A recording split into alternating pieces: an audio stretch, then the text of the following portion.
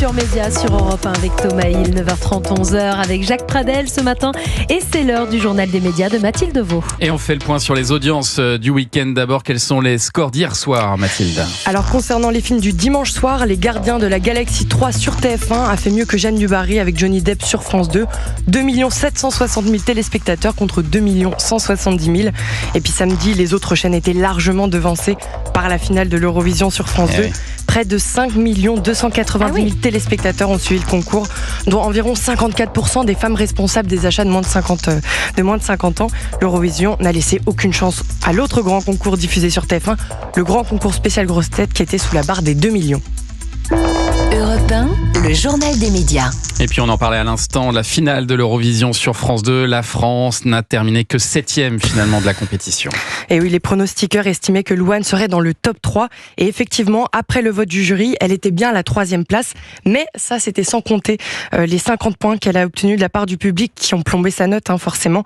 La France s'est donc retrouvée à la 7e place samedi soir, ce qui en a surpris plus d'un, y compris notre confrère d'Europe 1, Stéphane Bern, qui présentait l'Eurovision. Il a réagi sur France 5 dans ses médiatiques. Forcément, on ressent tous une sorte de déception, de gueule de bois même, après cette petite douche froide d'une 7e place, parce que il faut dire que toute la semaine, la fièvre montait ici à Bâle, que toutes les délégations étrangères nous annonçaient une victoire française. On avait tous fini par y croire. La réaction de Louane, d'abord, elle s'est enfermée dans sa bulle, et je peux la comprendre. C'est une grande déception pour une artiste qui venait ici et qui accomplissait son rêve à l'Eurovision. Parfois, on ne comprend pas tout, a ajouté Alexandra Redamiel, directrice des variétés et divertissements de France Télévisions dans un communiqué. Et puis Louane s'est finalement exprimée hier soir sur son compte Instagram. « J'aurais aimé pouvoir vous offrir encore plus, mais sachez une chose, je suis fière, tellement fière et honorée d'avoir porté nos couleurs, de vous avoir représenté. » Fin de citation. C'est donc l'Autriche qui est sortie gagnante de cette 69e édition de l'Eurovision. Et puis la Suisse aussi, un mot sur la Suisse, pays hôte qui n'a obtenu aucun point du public. Oui, 0 de la part du public, c'était assez violent. L'Angleterre aussi, la Grande-Bretagne, 0. On a eu 0 de la Belgique. Oui, alors, le soutien, nos copains belges là-dessus, ils n'ont pas été très puis sympas. La Coupe du Monde, ils nous en veulent. Ça passe pas. Ah oui, c'est peut-être ça. Vous avez raison, certainement.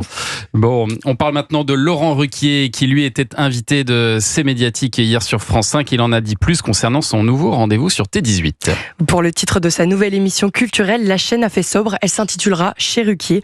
Ce programme sera diffusé le samedi soir entre 20h et 21h, puis rediffusé un peu plus tard dans la soirée. Autre info, il n'y aura pas de chroniqueurs, uniquement des invités, dont au moins un humoriste chaque semaine.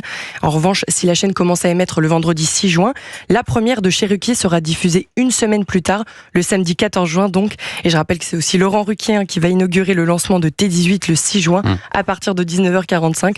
Ce sera une émission spéciale intitulée T18, c'est maintenant.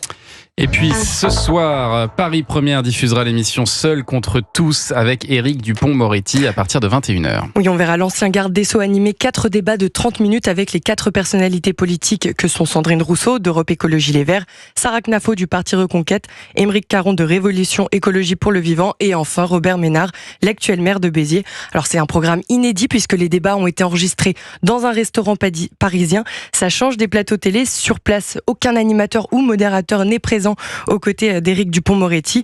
Lui-même ne savait pas avec qui il allait d'ailleurs débattre jusqu'au moment du tournage.